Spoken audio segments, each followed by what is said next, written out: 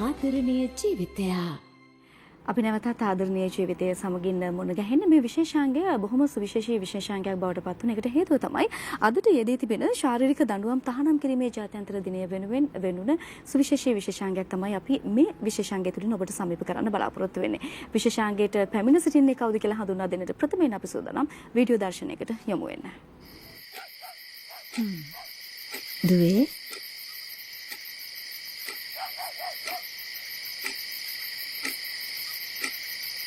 දූට තේ එකක් ගේන්නද? තාත්තා හදලා දුන්නා අම්මේ.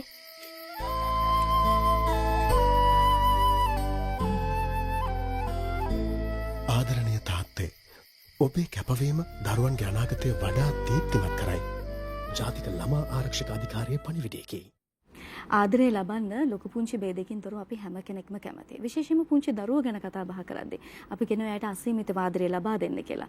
දඬුවමින් බැහැර වෙන්න කියන කාරණාව ගැන අපි නිරන්තරයෙන් මතක් කරනවා. විශේෂයෙන්ම ශාරීරිකව වදහිංසා පැමිණවීම තුලින් දඬුවම් කිරීම තුලින් දරුවන්ගේ පෞරුෂත්වයට හානි වෙන්න පුළුවන්. අනාගතයේදී අර අපි කියන මේ පෞරුෂවත් පිරිසක් වෙනුවට අපිට හීනමානෙන් පෙළෙන එහෙම නැත්නම් අඩු මානසික යම් ප්‍රශ්න එක්ක පෙළෙන පිරිසක් අපිට සමාජයේ බිහි වෙන්න පුළුවන්. ඒ හරහා අපේ මේ රටේ පුරවැසියන්ගේ මානසික තත්ත්වය පිරිහීමකට ලක් වෙන්න පුළුවන් කියන කාරණාව ගැන අපිට කතා කරන්න පුළුවන්කම තියෙනවා. එහෙමනම් ආදරෙන් කොහොමද අපේ දරුවන්ව බලාගන්නේ? දරුවන්ව මේ ශාරීරික දඬුවමින් බැහැරව කොහොමද බලාගන්නේ කියන කාරණාව ගැන අපි කතා බහ කළ යුතුයි. ඒ පිළිබඳව කතා කරන්න අද දවසේ බොහොම සුවිශේෂී දිනයක් නිසා වෙන්න අපි ආරාධනා කළා.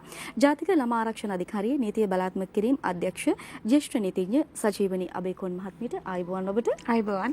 ඒ වගේම අපිත් එක්ක අද දවසේ එකතු වෙනවා චයිල්ඩ් ෆන්ඩ් ශ්‍රී ලංකා ආයතනයේ ළමා ආරක්ෂණ හා උපදේශන විශේෂඥ මහේෂිකා මනතුංග මහත්මිය. ආයුබෝවන්.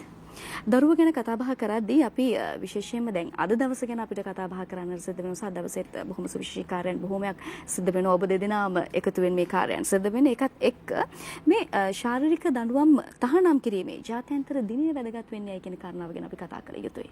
ඔව් ඇත්තටම ශාරීරික දඬුවම් කියලා කියන්නේ මනුෂ්‍යත්වයට නොගැලපෙන දඬුවමක් විදිහට තමයි හඳුනා ගැනෙන්නේ. විශේෂයෙන්ම අපේ රටේ යම් විදිහකට ළමයින්ව හික්මවන්න, විනයගත කරන්න යයි සාධාරණීකරණය කරමින් ළමයින්ට ශාරීරික දඬුවම් දීමෙන් ඇතැම් දරුවන්ගේ කන් ඇසීම පවා නැවතිලා, සමහර දරුවන්ගේ ඇස්වලට තුවාල වෙලා, තවත් සමහර අය මානසික පීඩාවට ලක් වූ, එහෙම නැත්නම් මානසික රෝගීන් බවට පත් වෙලා සියදිවි හානි කර ගැනීම වලට ලක්වීම වගේම ළමයින් වැඩිපුර ප්‍රචණ්ඩත්වයට යොමු වීම. අර අපි කියන්නේ මුරණ්ඩුවකේ කරු දරුවන් කියලා.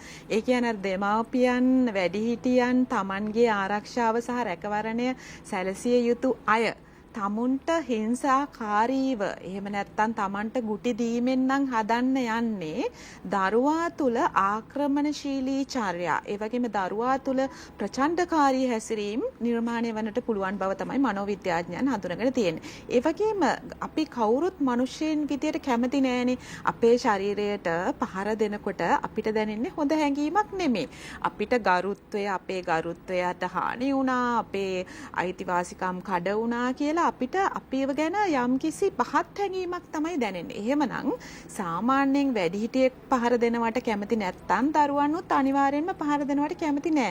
ඔබ කිව්වා වගේ ඒක දරුවාගේ පෞරුෂත්වයට බලපාන්නට පුළුවන්. අනිත් එක මේකේ තියෙන බරපතලකම තමයි තුවාලයට යටින් මානසිකව දැඩි පීඩනයක් ඇති වෙනවා ළමයාට. ඒ කියන්නේ එළියට පේන තුවාලයට යටින්, එහෙම නැත්නම් සමහරට තුවාලයක් නැති වෙන්න පහර දුන්නත් මානසික හිංසනයක් ඒ පහර දීමට යටින් දිවෙනවා. ඉතින් ඒක තමයි මේකේ භයානකකම.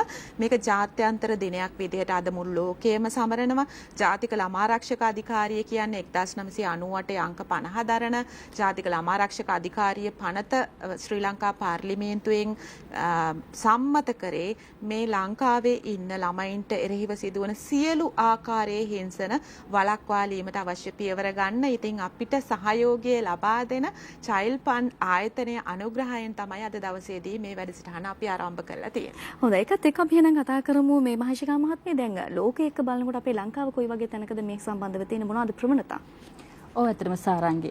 ලෝකෙ දිහා බලපුවාම ලෝකයේ රටවල් 65ක් පමණ මේ වෙන විට සියලුම සැකසුම් තුළ, ඒ කියන්නේ පාසල් තුළ, නිවාස තුළ, ඒ වගේම තමයි රැකවරණ මධ්‍යස්ථාන තුළ ශාරීරික දඩුවම් සම්පූර්ණයෙන්ම තහනම් කරලා තියෙනවා. හැබැයි රටවල් 134ක් වගේ ප්‍රමාණයක් තවමත් පුළුල් නීතිමය ක්‍රියාමාර්ගයකට ඇවිල්ලා නැහැ මේ සම්බන්ධයෙන්. ඒ අතර ශ්‍රී ලංකාවත් පවතිනවා. නමුත් ප්‍රධාන වශයෙන් අපි කියන්න ඕනේ ශ්‍රී ලංකාවේ තත්ත්වය ගැන බැලුවොත් එහෙම මෑතකදී ශ්‍රී ලංකාවේ දණ්ඩ නීති සංග්‍රහය සහ ඒත් එක්කම අපරාධ නඩු විධාන සංග්‍රහයේ සංශෝධනයන් කිහිපයක් සිද්ධ වුණා. ඒ හරහා ඒ සංශෝධන හරහා සියලුම සැකසුම් තුළ විශේෂයෙන්ම පාසල්වල සහ නිවාසවල දරුවන්ව ශාරීරික හිංසනයෙන්, ශාරීරික දණ්ඩනයෙන් වැළැක්වීම සඳහා සහ ඒ තහනම් කිරීම සඳහා දැනට අපි ක්‍රියාමාර්ග අරගෙන ඉන්නවා. ඉතින් හරිම ප්‍රශංසනීය ශ්‍රී ලංකාවේ දැනට තියෙන සිටුේෂන් එක. මොකද මේ නීති ප්‍රතිසංශෝධනය හරහා අපිට පුළුවන් වෙලා තියෙන බොහොම මෑතකදී අපි බලාපොරොත්තු වෙන මේ වසර තුලදී අනිවාර්යයෙන්ම මේ නීති ප්‍රතිසංශෝධනයන් ක්‍රියාත්මක වෙයි කියලා.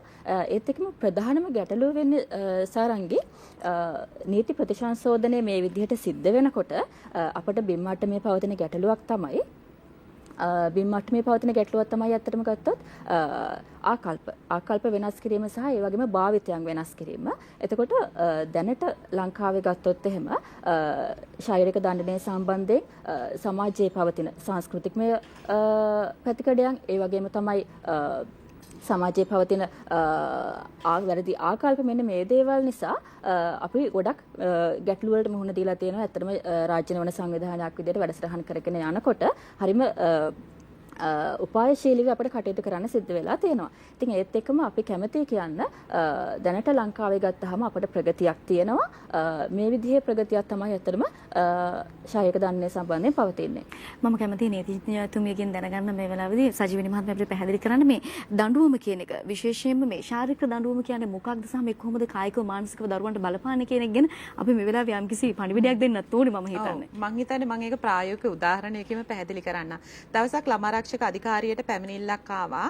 ළමයිගේ 3 වසරේ ළමයින්ගේ කන් දෙකෙන් අදිනවා ටීචර් කෙනෙක් උගන්වනකොට ටීචර්ගේ ඊටාම දිගු නියපොතු ඇවිල්ලා තියෙනවා. මේ නියපොතු වලින් මේ කන් දෙක මිරිකනකොට කොනිත්තනකොට නියපොතු ඇදිලා ළමයින්ගේ කන් වලින් ලේ එනවා කියලා. දැන් මේක තමයි පැමිණිල්ල. මේ වගේ මීට වඩා දරුණු පැමිණිල්ල තමයි ජාතික ළමා ආරක්ෂක අධිකාරියේ 19/29 කියන අංකයට පැය 24 පුරාම මේ ලැබෙන්නේ.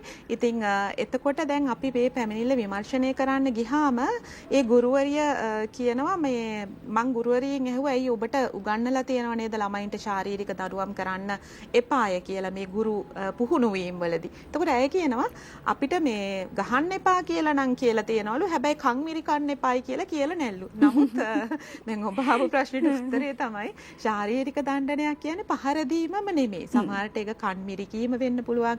සමහරට කන් දෙකෙන් ඇදීමක් වෙන්න පුළුවන්. කම්බුලට පහර දීමක් වෙන්න පුළුවන්. ඕනෑම ආකාරයක ශරීරයට ස්පර්ශ වෙන ආකාරයට සිදුවන තල්ලු කිරීමක්, අඩන්තේට්ටම් කිරීමක්, පිටතට මේ දැඩි ලෙස ඇද දැමීමක්, බලහත්කාරීව ඇද දැමීම, මේ ඔක්කොම ශාරීරික දඬුවම තමයි.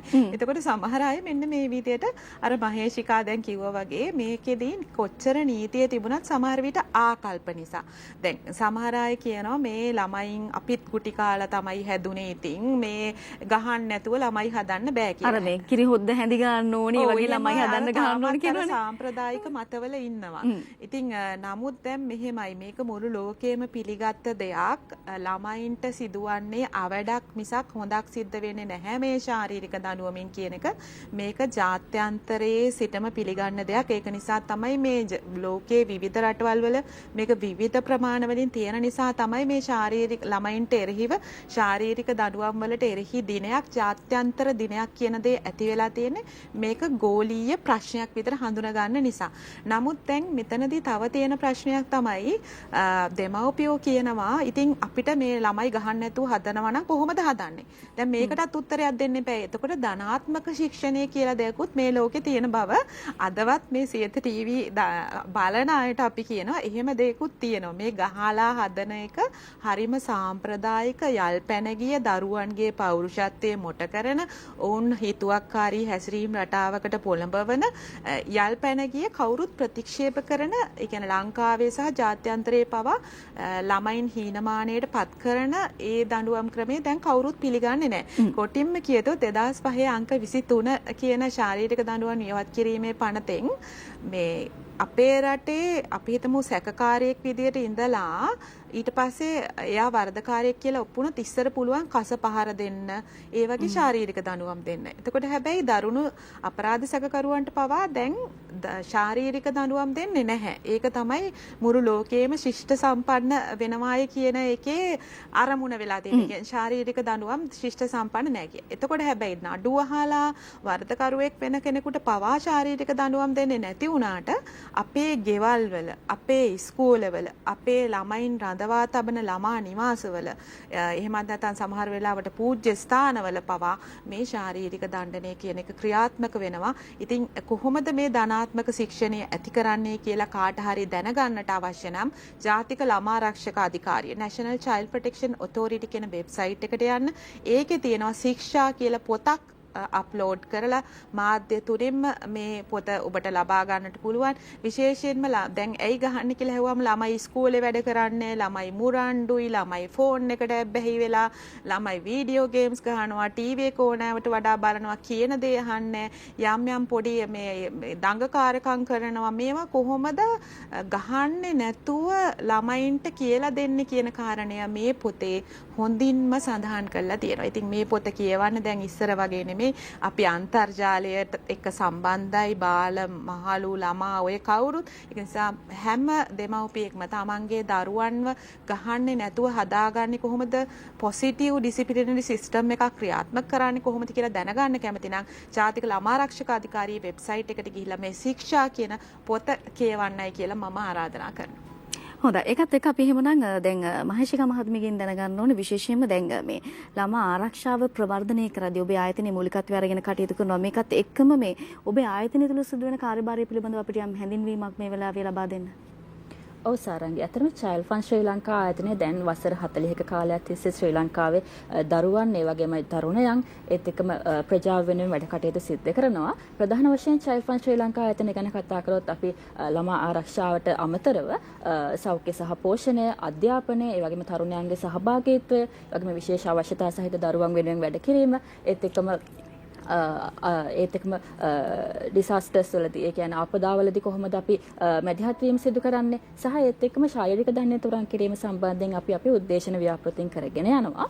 ප්‍රධාන වශයෙන්ම ළමා ආරක්ෂාව සම්බන්ධයෙන් අපි කතා කරොත් එහෙම Child Fund ශ්‍රී ලංකා ආයතනය තුළ අපි ප්‍රධානම අවධානයක් යොමු කරන්නේ ළමා ආරක්ෂණ පද්ධතීන් ශක්තිමත් කිරීම. ඒ කියන්නේ විශේෂයෙන්ම රජයට උදව් කිරීම, ඒත් එක්කම ප්‍රජාපාදක ළමා ආරක්ෂණ වැඩසටහන් මෙහෙයවීම, ඒ වගේම තමයි මානසික සෞඛ්‍ය සහ මනෝ සමාජීය සහයෝගය ලබා දීම, ඒත් එක්කම ශාරීරික දණ්ඩනය තුරන් කිරීම සම්බන්ධයෙන් වැඩසටහන් කිරීම. මෙන්න මේ දේවල් තමයි අපි ළමා ආරක්ෂාව සම්බන්ධයෙන් Child Fund ආයතනය තුළින් සිදු කරන්නේ. එතකොට දැන් සාරංගි මගෙන් අහුවනේ ළමා ආරක්ෂාව සම්බන්ධයෙන් අපි වැඩ කරනකොට ශාරීරික දණ්ඩනය තුරන් කිරීම සම්බන්ධයෙන් මොනවද Child Fund ආයතනය කරලා තියෙන්නේ කියලා. එතරම් ගත්තොත් අපේ ඉතිහාසයට ගියොත් 2017 වර්ෂයේ ඉඳන් තමයි අපි ශාරීරික දණ්ඩනය තහනම් කිරීම සම්බන්ධයෙන් වැඩසටහන් කරගෙන යන්නේ. එතකොට 2017 වර්ෂයේදී අපි අපේම අරමුණක් ඇතිව, උද්දේශන අරමුණක් ඇතිව 2026 වර්ෂය වෙනකොට ශාරීරික දණ්ඩනය අපේ නීති රාමුව තුළ හරියට අර්ථ ගන්වනවා කියන අරමුණ ඇතුව අපි අපේම සැලසුමකට අනුව වැඩ කටයුතු සිදු කරා. ඒත් එක්කම 2018 වර්ෂයේදී අපිට හැකියාව ලැබුණා තරුණයන් 700 දෙනෙකුගෙන් යුතු IVAC එහෙම නැත්නම් Alliance of Youth to End Violence Against Children කියලා අපි කියනවා. දරුවන්ට එරෙහිව සිද්ධ වෙන ප්‍රචණ්ඩත්වයේ වැළැක්වීම පිළිබඳ තරුණ එකමුතුවක් අපි ස්ථාපනය කරනවා. ඉතින් ඒ තරුණ එකමුතුව ශාරීරික දණ්ඩනය වෙනුවෙන් බොහෝ දේවල් සිද්ධ කරනවා. උදාහරණයක් විදිහට ගත්තොත් එහෙම 2018 වර්ෂයේදී අපිට හැකියාව ලැබෙනවා අත්සන් ලක්ෂයකින් යුතු පෙත්සමක් එවකට හිටපු ළමා හා කාන්තාකාරයන් අමාත්‍යවරයා වෙත බාර දෙන්න. ඒත් එක්කම තමයි ඔවුන් ජාතික මට්ටමේ ඒ වගේම බිම් මට්ටමේ සමීක්ෂණ ඒ වගේම අධ්‍යයනයන් සිදු කරනවා ඒ වගේම තමයි කැම්පේන්ස් ව්‍යාපෘතීන් සිදු කරනවා ඒ හරහා දැනට ශ්‍රී ලංකාවේ පවතින තත්ත්වය ශාරීරික දණ්ඩනය සම්බන්ධයෙන් කොහොමද කියන එක හරියට අවබෝධ කරගෙන ඒ සඳහා අපි වැඩසටහන් ක්‍රියාත්මක කළා. ඒත් එක්කම තමයි අපි තනියම ගමනක් යන්නේ නැහැ සාරංගි සජීවනයේ සඳහන් කළා වගේම ජාතික ළමා ආරක්ෂණ අධිකාරිය ඒ වගේම තමයි පරිවාස සහ පරිවාස සේවා දෙපාර්තමේන්තුව වගේ රාජ්‍ය ආයතනත් එක්ක සම්බන්ධ වෙලා ඒත් එක්කම අනිකුත් රාජ්‍ය නොවන සංවිධාන ඒත් එක්කම ජාත්‍යන්තර සහ ජාතික මට්ටමින් අපේ තියෙනවා ළමා ආරක්ෂාව සම්බන්ධයෙන් වැඩ කරන ජාල තියෙනවා. මේ ජාලත් එක්ක බොහොම එකමුතුව තමයි අපි වැඩසටහන් කරගෙන යන්නේ. එතකොට විශේෂයෙන්ම ගත්තොත් මම කලින් සඳහන් කරපු දඬු නීති සංග්‍රහය සහ අපරාධ නීති විධාන සංග්‍රහයේ ප්‍රතිසංශෝධනයක් සිද්ධ වෙමින් පවතිනවා. ඒ සම්බන්ධනොත් අපි ජාතික ළමා ආරක්ෂණ අධිකාරිය හා බොහොම කිට්ටුවෙන් වැඩසටහන් කරගෙන යන වැඩ කටයුතු කරගෙන යනවා. එතකොට ඒත් එක්කම මේ විදිහට අපේ උද්දේශන ව්‍යාපෘතීන් එහෙම නැත්නම් අපේ ඇඩ්වොකසි වැඩසටහන් ටික අපි කරගෙන යනකොට මේ විදිහට ජාතික මට්ටමින් නීති ප්‍රතිසංශෝධනය වෙනවා. නීති ප්‍රතිසංශෝධනය වුණාට අපිට වැඩසටහන් ඉස්සරහට කරගෙන යන්න වෙන්නේ අපිට ශාරීරික දණ්ඩනය නැවැත්වන්න වෙන්නේ නැහැ. සජීවනී කිව්වා වගේම අපි බිම් මට්ටමෙනුත් ඒ නීති ක්‍රියාත්මක කිරීම සඳහා අවශ්‍ය පරිසරය සලසලා දෙන්න ඕනේ. ඉතින් චයිල්ඩ් ෆන්ඩ් ශ්‍රී ලංකා ඒ කාර්යභාරය බාර අරගෙන රාජ්‍ය නිවන සංවිධානයක් විදිහට බිම් මට්ටමේ අපි ගුරුවරුන් ඒ වගේම විදුහල්පතිවරුන් සහ රාජ්‍ය නිලධාරීන්ව පුහුණු කිරීමේ වැඩසටහන් විශේෂයෙන්ම ධනාත්මක හික්මවීමේ ක්‍රම සම්බන්ධයෙන් ඒ වගේම ධනාත්මක දෙමාපියකරණය සම්බන්ධයෙන් අපි වැඩසටහන් පවත්වනවා. ඊට අමතරව ප්‍රජාව තුළ දරුවන්ට ඒ වගේම දෙමාපියන්ට සහ ප්‍රජාව සිටින සමාජිකයන්ට දැනුවත් කිරීමේ වැඩසටහන අපි සිද්ධ කරනවා. අපට ඡායාරූප කිහිපයක් දකින්න පුළුවන් වෙයි මේ අවස්ථාවේදී චයිල්ඩ් ෆන්ඩ් ශ්‍රී ලංකා ආයතනය කරපු වැඩසටහන් සම්බන්ධයෙන්. අපි මේ දර්ශන වලට යමු වුණා කතා බහ අතරතුරේදී. අපි කතා කරමු. ඔව් ඒත් එක්කම චයිල්ඩ් ෆන්ඩ් ශ්‍රී ලංකා ආයතනය ඇත්තටම ගත්තොත් මම කැමති මේ වෙලාවේ අදහස් කරන්න ඇයි අපි මේ ශාරීරික දණ්ඩනය සම්බන්ධයෙන් වැඩ කරන්න ආරම්භ කරේ කියන එක. ජාතික ළමා ආරක්ෂණ අධිකාරිය 2017 වර්ෂයේදී ආරම්භ කළ පවත්වලා තියෙනවා සමීක්ෂණයක්. ඒ සමීක්ෂණයේ ප්‍රතිඵල විදිහට 2017 වර්ෂ වෙනකොට ශ්‍රී ලංකාවේ දරුවන්ගෙන් 80%කටත් වඩා වැඩි ප්‍රමාණයක් ශාරීරික දණ්ඩනයට යොමු වෙලා තියෙනවා. ඒ කියන්නේ කුමන හෝ ආකාරයක ශාරීරික දණ්ඩනයකට ඔවුන් මුහුණ පාලා තියෙනවා. එතකොට නමුත් මේ ළඟදී ගිය වසරේදී සිදු කරපු සමීක්ෂණයකනොත් අපිට දකින්න හම්බුනේ මේ ප්‍රතිශතයේ වෙනසක් සිද්ධ වෙලා නැහැ. ඒකත් 80%ක් වගේ ප්‍රමාණයක් තමයි තියෙන්නේ. ඉතින් එතකොට අපිට නිගමනයකට එන්න පුළුවන් මේ ශාරීරික දඬුවම් කොයිතරම් දුරට ප්‍රවණතාවයක් තියෙනවද ශ්‍රී ලංකාව තුල කියන එක. සහ තවත් විශේෂ දෙයක් තමයි ශාරීරික දඬුවම් සම්බන්ධයෙන් අපි ගුරුවරුත් එක්ක සිද්ධ කරන සාකච්ඡාවක සහ කරපු සමීක්ෂණයක ප්‍රතිඵලයක් විදිහට 2017 වර්ෂයේ නම් ජාතික ළමා ආරක්ෂණ අධිකාරියේ සමීක්ෂණයේ ප්‍රතිඵල අනුව 60%ටත් වඩා වැඩි ප්‍රමාණයක් 61.9ක් වගේ ප්‍රමාණයක් ගුරුවරුන් ප්‍රකාශ කරලා තියෙනවා ඔවුන් ශාරීරික දණ්ඩනය දරුවන්ව හික්මවන්න භාවිතා කරනවා කියලා. ඒ වගේම අපි චයිල්ඩ් ෆන්ඩ් ශ්‍රී ලංකා ආයතනයේ සිදු කරපු සමීක්ෂණයක ප්‍රතිඵලයක් විදිහට ඒ ප්‍රතිශතය ටිකක් වැඩි වෙලා කියන එක අපිට දැනගන්න හම්බුණා. නමුත් ඒ දිස්ත්‍රික්ක 7ක් විතරයි අපි ආවරණය කරලා තිබුණේ. මෙවැනි ප්‍රවණතාවයක් උඩ ජාතික මට්ටමින් ඒ කියන්නේ නැෂනල් ලෙවල් එකෙන් අපි අපේ උද්දේශන ව්‍යාපෘතීන් මේ නීති ප්‍රතිසංශෝධනය සම්බන්ධයෙන් කරගෙන යන අතරතුරම බිම් මට්ටමේ අපේ ඉන්න ප්‍රජාවේ ධනාත්මක හික්මවීම සහ ධනාත්මක දෙමාපියකරණය සම්බන්ධයෙන් දැනුවත් කිරීම කරගෙන යනවා චයිල්ඩ් ෆන්ඩ් ආයතනයේ විදිහට. හොඳයි සජීවිනී මහත්මිය අපි අවසාන විනාඩි කිහිපේ ඉන්න නිසා මම කැමතියි ඔබතුමීගෙන් දැනගන්න මේ වෙලාවේ සමහර වෙලාවට අපි දකිනවා නිවස තුල වෙන්න පුළුවන්. එහෙම නැත්නම් පාසලකදී වෙන්න පුළුවන්. දරුවෙක් මේ විදිහට ශාරීරිකව වද හිංසාවකට ලක් වෙනවා නම් අපිට මොකක්ද ඒ වෙනුවෙන් කරන්න පුළුවන්කම තියෙන්නේ? අපි කාවද ඒ සම්බන්ධව දැනුවත් කරන්න ඕනේ? ඔව් අනිවාර්යයෙන්ම දැන් දණ්ඩ නීති සංග්‍රහයේ 308 වගන්තිය කියලා තියෙනවා. බාරය සහ ආරක්ෂාව දරමින් ළමයෙක්ව ශාරීරිකව හෝ මානසික හිංසනයට ලක් කිරීම අවුරුදු 2ක් 10ක් අතර සිර දඬුවම් ලැබිය යුතු වරදක්. අර මහේෂිකා කිව්වා වගේ මේ தත්ත්වය තවදුරටත් වර්ධනය කරන්න අධිකරණ අමාත්‍යාංශයේ ළමා හා කාන්තා කටයුතු අමාත්‍යතුමිය මැදිහත් වෙලා දැනට නීති ප්‍රතිසංස්කරණ කිරීමට නියමිතව තිබෙනවා. නමුත් දැනටත් නීතිය තිබෙනවා. ඒකත් මතක තබා ගන්න. මේ වගේ ගෙදර හෝ එහෙම නැත්නම් ඉස්කෝලේ හෝ එහෙම නැත්නම් ළමා නිවාසයක හෝ සමාජයේ ඕනම තැනක ළමයින්ව ශාරීරිකව මානසිකව ලිංගික හිංසනයට පත් කරනවා නම් ජාතික ළමා ආරක්ෂක අධිකාරියේ 1929 කියන අංකය භාෂාත්‍රිත්වයේම පැය 24 පුරා ක්‍රියාත්මක වෙනවා.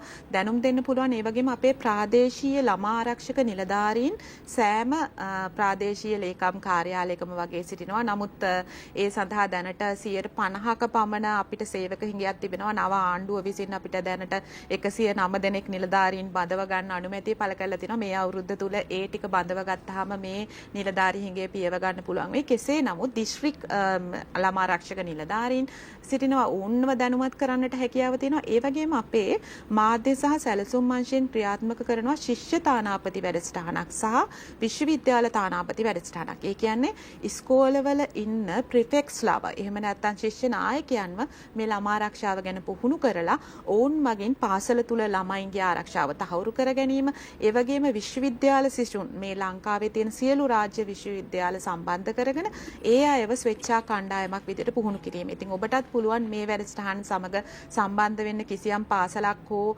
විශ්වවිද්‍යාල නම් සියල්ලම සම්බන්ධ වෙලා ඉන්නවා. කිසියම් පාසලක් මේ වැඩසටහන් වලට සම්බන්ධ වෙලා නැත්නම් ඔබට පුළුවන් සම්බන්ධ වන්නට. ඉතින් ඔබට නිර්නාමික හෝ පැමිණිලි ඉදිරිපත් කරන්න පුළුවන්. අපි මේ ළමා අපයෝජන යට යන එක වළක්ව ගන්නට ජාතික ළමා ආරක්ෂක අධිකාරිය 1929 නිර්නාමික ඇමතුම් පවා බාර ගන්නවා. හැබැයි වගකිය යුතු පුරවැසියන් විදියට අර කෙනෙකුට තියෙන පෞද්ගලික තරහ මත බොරු පැමිණිලි ඉදිරිපත් කරන්නට එපා. එහෙම වුණොත් ඇත්ත පැමිණිල්ලකට දාන්න තියෙන ශ්‍රමය, කාලය, ධනය තමයි බොරු පැමිණිලි වලට දාන්න වෙන්නේ. ඒක නිසා එහෙම ළමයෙක්ව ශාරීරික හිංසනයට ලක් වෙනවා නම් ඔබ අපිට දැනුම් දෙන්න 1929ට. ඒ වගේම ඔබ වගකිය යුතු වැඩිහිටියෙක් විදියට ළමා හිංසනයට, ළමයින්ට ශාරීරික දඬුවම් දීලා යල්පැන ගිය ක්‍රමයකට හික්මවන්නට යාමට විරුද්ධ වන්නයි කියලා අපි ආරාධනා කරනවා. ඉතාම කෙටියෙන් අපිට කාලය බොහොම සීමිත වෙලා තියෙනවා. මම කැමතියි මහේෂිකා මහත්මියගෙන් අහන්න චයිල්ඩ් ෆන්ඩ් ආයතනය වෙනුවෙන් මේ වෙලාවේ යම් පණිවිඩයක් සමාජගත කරනවා නම් ඉතාම කෙටි කාලයක් අපිට ලබා දෙන්න පුළුවන්. ඔය ඇත්තටම සජීවනි සඳහන් කළා වගේ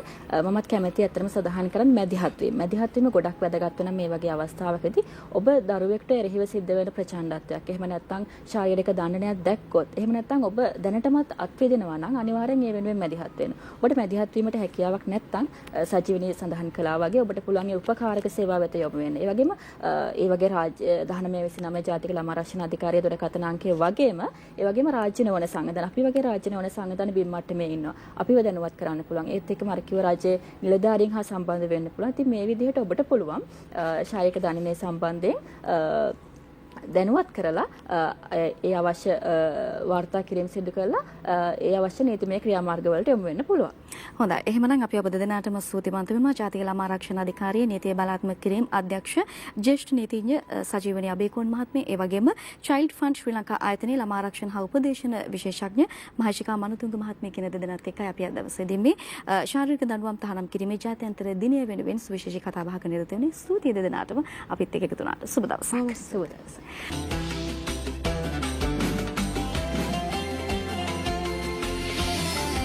ආදරණීය ජීවිතයා දිනපතා අලුත් වීඩියෝ සහ ප්‍රවෘත්ති නැරඹීමට ඉහත බටන් එක ක්ලික් කර සියත TV සබ්ස්ක්‍රයිබ් කරන්න.